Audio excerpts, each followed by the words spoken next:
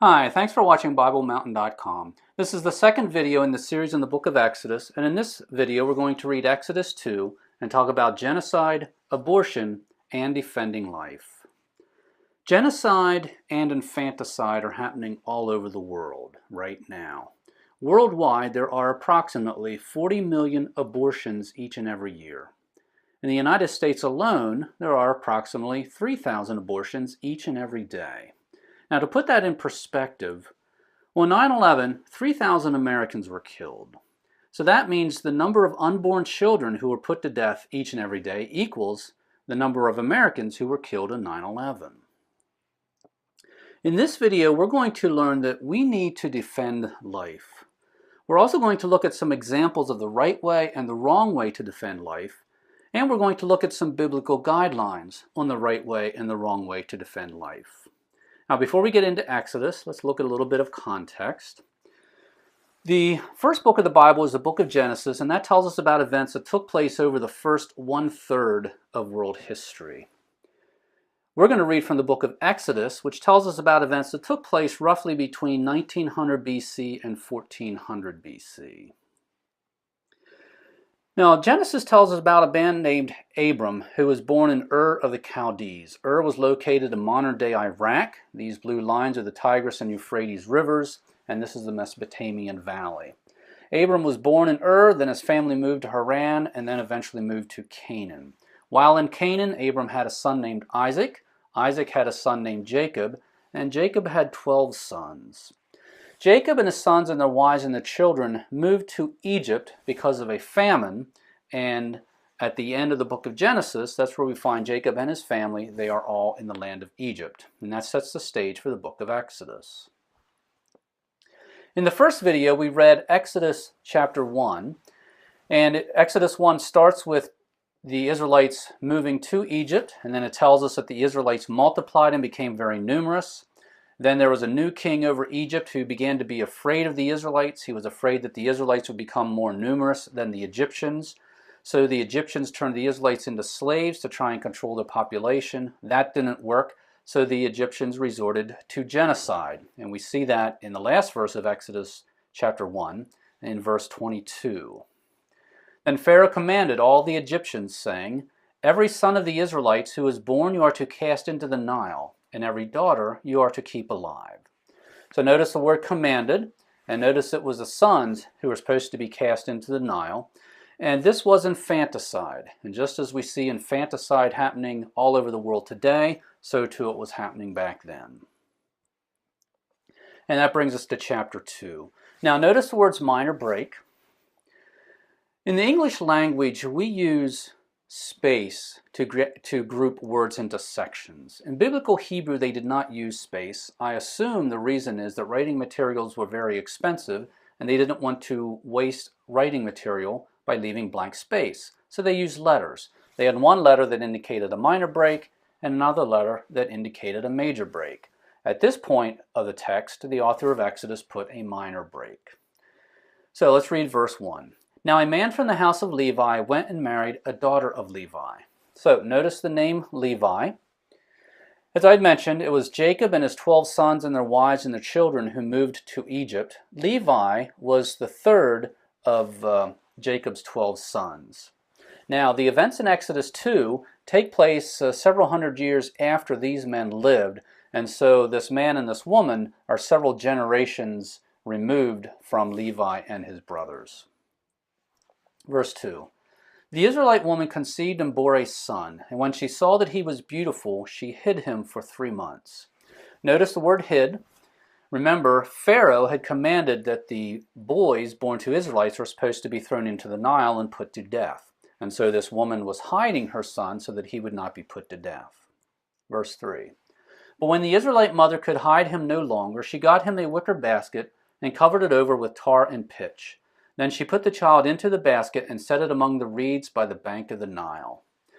So notice that we have a boy in a wicker basket, and he's in the Nile River. Okay? This is a picture of someone who is vulnerable and helpless. And this mother is doing everything that she can to protect her child. Now, we see things like this in our world today. Think about China's one-child policy. If there's a couple in China who conceive a second child, then they are supposed to abort the second child. And so if you're a couple in China and you have a second child and you want to protect that child, you're going to take desperate measures just like this mother was taking desperate measures. Verse 4. The sister of the baby boy stood at a distance to find out what would happen to him. The daughter of Pharaoh came down to bathe at the Nile, with her maidens walking alongside the Nile. And Pharaoh's daughter saw the basket among the reeds and sent her maid, and the maid brought it to her. So notice this is a daughter of Pharaoh. Pharaoh was the one who had commanded that the genocide was supposed to take place, so certainly the daughter of Pharaoh understood what was supposed to happen. Verse 6, when Pharaoh's daughter opened the basket, she saw the child, and behold, the boy was crying. And she had pity on him and said, this is one of the Hebrews' children. Now notice the word pity. She had pity on the child. And notice the word Hebrews. The word Hebrews is another term for the Israelites. And so it's clear here that Pharaoh's daughter understood that the child she was looking at was one of the Israelites. And she certainly knew that this was one of the boys who was supposed to be thrown into the Nile and put to death. Verse 7. Then the sister of the baby boy said to Pharaoh's daughter, shall I go and call a nurse for you from the Hebrew women, that she may nurse the child for you? Pharaoh's daughter said to her, go ahead. So the girl went and called the child's mother. Then Pharaoh's daughter said to the mother, take this child away and nurse him for me, and I will give you your wages. So the woman took the child and nursed him. Now notice Pharaoh's daughter did the right thing. She rescued and protected this helpless child. Notice also that she paid money to help this child. And this is something that we see in our world today. There are pro-life organizations that raise money and spend money in an effort to protect unborn children. Verse 10. The child grew, and the child's mother brought him to Pharaoh's daughter, and he became the son of Pharaoh's daughter. Pharaoh's daughter named him Moses and said, because I drew him out of the water. Now here we see that Pharaoh's daughter protected Moses by adopting him. And again, this is something that we see in our world today. There are many families who adopt children who are at risk. Sometimes it's domestic adoptions, sometimes it's foreign adoptions. And again, these families are protecting these children by adopting them, just as Pharaoh's daughter protected Moses by adopting him. Now, let me mention a couple things, a little bit of a tangent here. First of all, about names. Names meant things in this culture. For example, Pharaoh's daughter named him Moses. The Hebrew word that is translated Moses is the same Hebrew word that is translated drew. So essentially what happened here is Pharaoh's daughter said, well, I drew this baby out of the water, therefore I'm going to name him Drew. And this was very common in their culture. Names meant things, and many times we can learn something about a person by understanding what their name is. The other thing to note about this is at this point, God was beginning to prepare Moses for his mission later on. If you know the bigger story of Exodus, you know that eventually God sent Moses to lead the Israelites out of slavery and out of Egypt. We see here that by Moses being adopted by Pharaoh's daughter, Moses grew up as part of the royal family. He learned the protocol of the Egyptian court, and so when it was time for Moses to lead the Israelites out of Egypt, Moses understood how to approach Pharaoh because he had grown up in the court and he knew the protocol. And so this tells us that Moses would have been qualified later on to lead the Israelites out of Egypt. Let's continue at verse 11. Now it came about in those days when Moses had grown up that he went out to his brethren and looked on their hard labors. And he saw an Egyptian beating a Hebrew, one of his brethren. So notice, this is when Moses had grown up, so obviously many years have gone by. And notice the word brethren. This tells us Moses understood that he really wasn't an Egyptian. Moses understood that he really was an Israelite. And so Moses went out and he saw this Hebrew, one of his brethren, being beaten by an Egyptian. Verse 12. So Moses looked this way and that, and when he saw there was no one around, he struck down the Egyptian and hid him in the sand. So here we see Moses committed murder. Now the the good thing about this is Moses wanted to help. Moses saw someone being beaten and he wanted to help. The problem is the method that Moses chose to help really didn't accomplish anything. Yes, Moses got rid of this one Egyptian, but the next day this Hebrew that had been beaten would have a different taskmaster, and perhaps the new taskmaster was even worse than the old taskmaster. Either way, Moses really did not deliver that Hebrew from slavery. The other thing to think about is Moses had other options. Moses grew up as part of the royal family. Moses knew Pharaoh and Pharaoh's family. Moses would have been better off going to the family and trying to persuade them to either release the Hebrews or at a minimum treat them better instead of resorting to murder.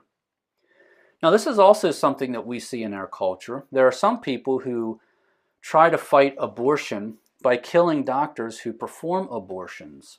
And just like Moses didn't really accomplish anything, so too, those who kill doctors who perform abortions aren't really solving anything because there's other doctors who will perform abortions. And the women who would have gone to the dead doctor will simply go to a different doctor. And so killing doctors who perform abortions don't really deal with the heart issue of why these women don't want to have an abortion in the first place. And again, we need to think about what are other options for dealing with abortion and fighting abortion. What are other options that would be much more effective? And again, let me just mention one tangent here. A lesson for us out of this is that we don't have to be perfect to be used by God.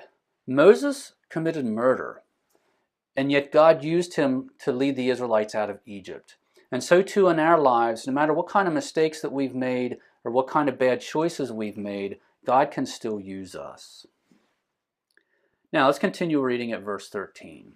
Moses went out the next day, and behold, 2 Hebrews were fighting with each other, and Moses said to the offender, "Why are you striking your companion?"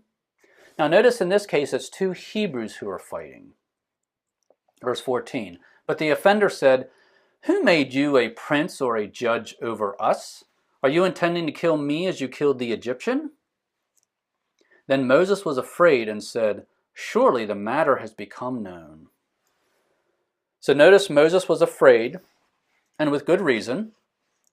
Moses thought that his deed had been done in secret, but the reality is somebody saw it, or somehow they learned that Moses had committed murder and the matter became known. Verse 15. When Pharaoh heard of this matter, he tried to kill Moses. But Moses fled from the presence of Pharaoh and settled in the land of Midian, and he sat down by a well. So Pharaoh tries to kill Moses, so Moses has to flee. And he flees to the land of Midian, which is located in what is modern-day Saudi Arabia. And it's roughly 230 miles from this point to this point, so that gives you an idea of the type of journey that Moses took. And notice that he sat down by a well. Verse 16. Now the priest of Midian had 7 daughters, and they came to draw water and filled the troughs to water their father's flock. Now notice these are daughters. Then the shepherds came and drove them away. But Moses stood up and helped them and watered their flock.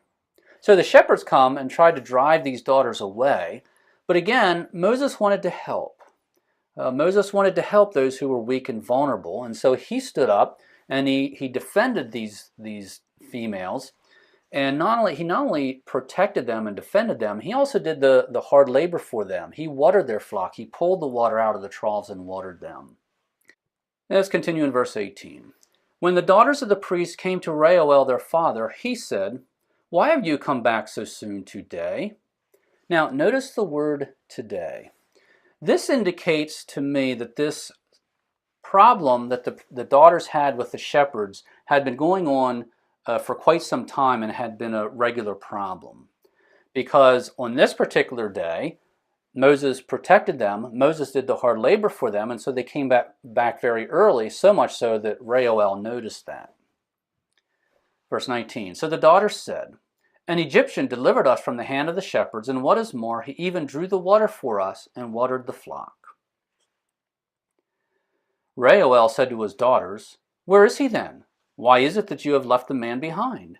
Invite him to have something to eat." Now notice the word eat. Reuel's initial reaction to all this was to be hospitable and to invite Moses for something to eat.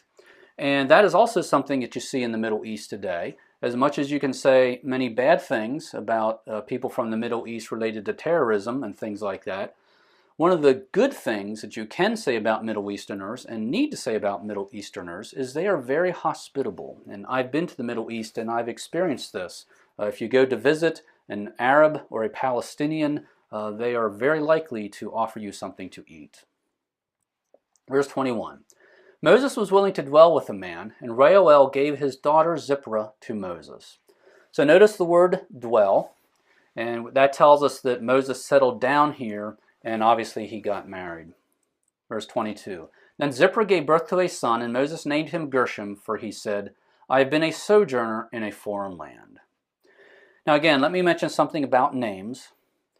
The Hebrew word that is translated Gershom is the same root as the word that is translated sojourner. So what happened here is Moses said, I'm a sojourner. I've had a son while I am a sojourner, so I'm going to name my son Sojourn. And again, that was very common in this time period for children to be named that way. And then notice at the end, we have a major break, and that's where we're going to stop reading in this video. Now, let's look at we've seen some examples of the right ways and the wrong ways to defend life. Let's now look at some verses that talk to us about helping the weak, the vulnerable, and the afflicted. Let's start with Proverbs 31:8. Open your mouth for the mute, for the rights of all the unfortunate. Open your mouth, judge righteously, and defend the rights of the afflicted and needy. Notice the word defend. Notice the word rights is used twice. And notice it talks about the mute, the unfortunate, the afflicted, and the needy. And there's a command there to defend them. Now, these particular verses were addressed to a king, but still it gives us an idea of God's mind and God's priorities, that he wants the afflicted and the needy to be defended. So who are the afflicted and the needy and the unfortunate or the helpless, the vulnerable in our society? Well, again, it would be the unborn. It might be children who have birth defects. It might be the infirm, older people whose strength has gone away and need to be taken care of. Now, those would all be vulnerable people that might need to be defended. Also look at James 1:27. Pure and undefiled religion in the sight of our God and Father is this, to visit orphans and widows in their distress and to keep oneself unstained by the world. So notice it's talking about orphans and widows. Again, they would be vulnerable. And notice that if you don't take care of orphans and widows, then your religion is defiled. And that's a very strong statement. And it gives us an idea of how much priority God puts on taking care of orphans and widows. Philippians 2:4, do not merely look out for your own personal interests, but also for the interest of others. And the interest of others would include the unborn, the infirm, anyone who's vulnerable and helpless. Romans 12:17, never pay back evil for evil to anyone. Now, this would rule out killing doctors who perform abortions. Because yes, doctors who perform abortions are doing an evil thing, but murdering them is also evil. And so Romans tells us, do not pay back evil for the evil that they are doing. Romans 12:21, do not be overcome by evil, but overcome evil with good. This raises a good question. How do we overcome abortion with good?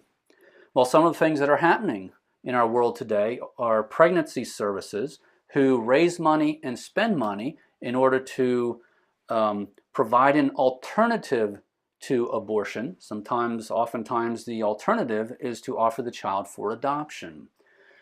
But those services and the work that they do is an example of doing good things in order to overcome the evil of abortion. Romans 13:1. Every person is to be in subjection to the governing authorities, for there is no authority except from God, and those which exist are established by God. So this tells us we're supposed to obey the government. And again, there are laws against murder, and so this would rule out the option of killing doctors who perform abortion. And this tells us that as we go about trying to defend the unborn and the infirm and others who are helpless and needy, we need to use legal means whenever possible. Romans 13:3 and 4. For rulers are not a cause of fear for good behavior, but for evil. For government is a minister of God to you for good. But if you do what is evil, be afraid, for government does not bear the sword for nothing. For government is a minister of God, an avenger who brings wrath on the one who practices evil. Now, I do not believe that government is the solution to abortion, because abortion is primarily a heart issue. However, these verses tell us there is a role for government in the fight against abortion. Now, let's look at Acts 5:29. But Peter and the apostles answered, we must obey God rather than man.